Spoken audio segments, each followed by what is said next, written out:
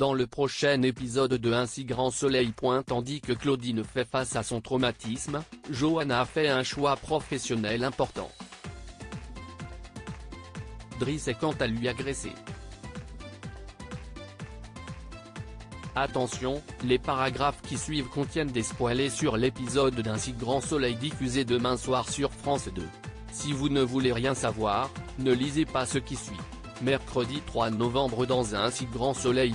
Claudine fait face à son traumatisme. Claudine se réveille terrorisée par un cauchemar dans lequel elle revoit Tristan l'enfermer dans le coffre de sa voiture. Le lendemain matin, Sabine accompagne sa mère au poste de police pour une confrontation avec Tristan. Traumatisée par ce qu'elle a vécu, l'avocate confie à sa fille qu'elle n'arrive toujours pas à croire que son ancien amant ait pu s'en prendre à elle. Sabine lui fait alors comprendre que cette confrontation sera l'occasion pour elle de mettre des mots sur ce qui est arrivé. Bien qu'elle n'ait aucune envie de le voir, Claudine prend son courage à deux mains et se rend en salle d'interrogatoire où Manu demande aux deux parties de raconter leur version des faits. Pour sa part, Tristan présente ses excuses à Claudine en expliquant qu'il n'a jamais essayé de la tuer. Très ému, il précise qu'il n'était pas dans son état normal. Avec froideur, Claudine le prie alors d'arrêter de pleurnicher puis lui rappelle qu'il lui a explosé le crâne avec une pierre. Et d'ajouter que ce n'était ni un accident, ni une bouffée délirante. Après avoir évoqué leur amitié mais également leur liaison, Claudine lance qu'il la dégoûte.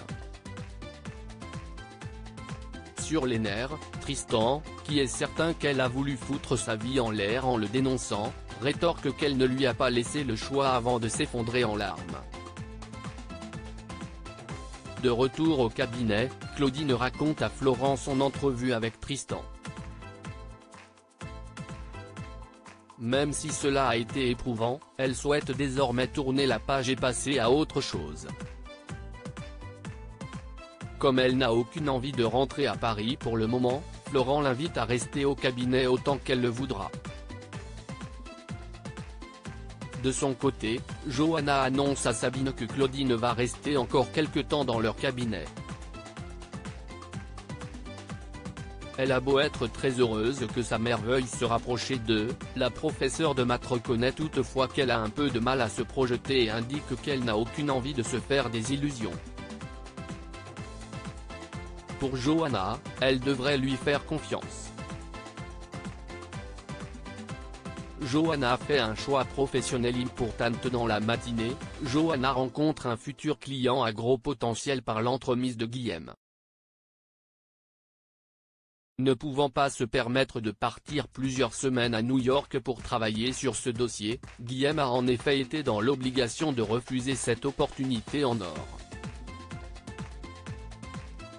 C'est pourquoi, il a suggéré à son client de faire appel au service de sa nièce.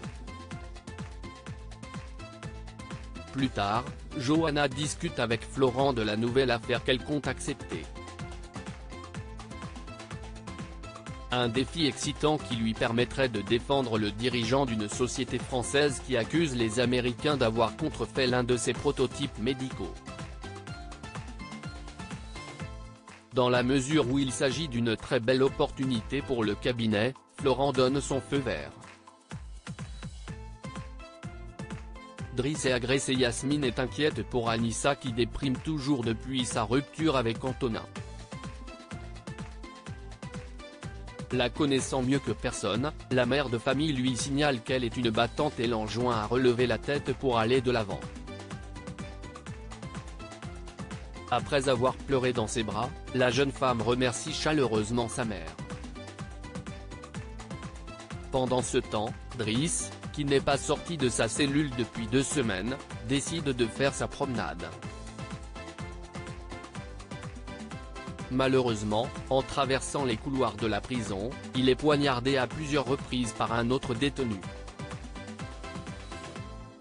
Par la suite, Driss est transporté en urgence à l'hôpital où Alain le prend en charge.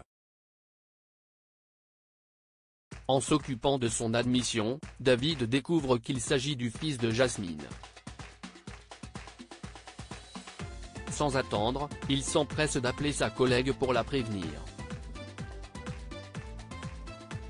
Sur place, Yasmine et Anissa apprennent que le pronostic vital de Driss est engagé et que son état de santé est préoccupant.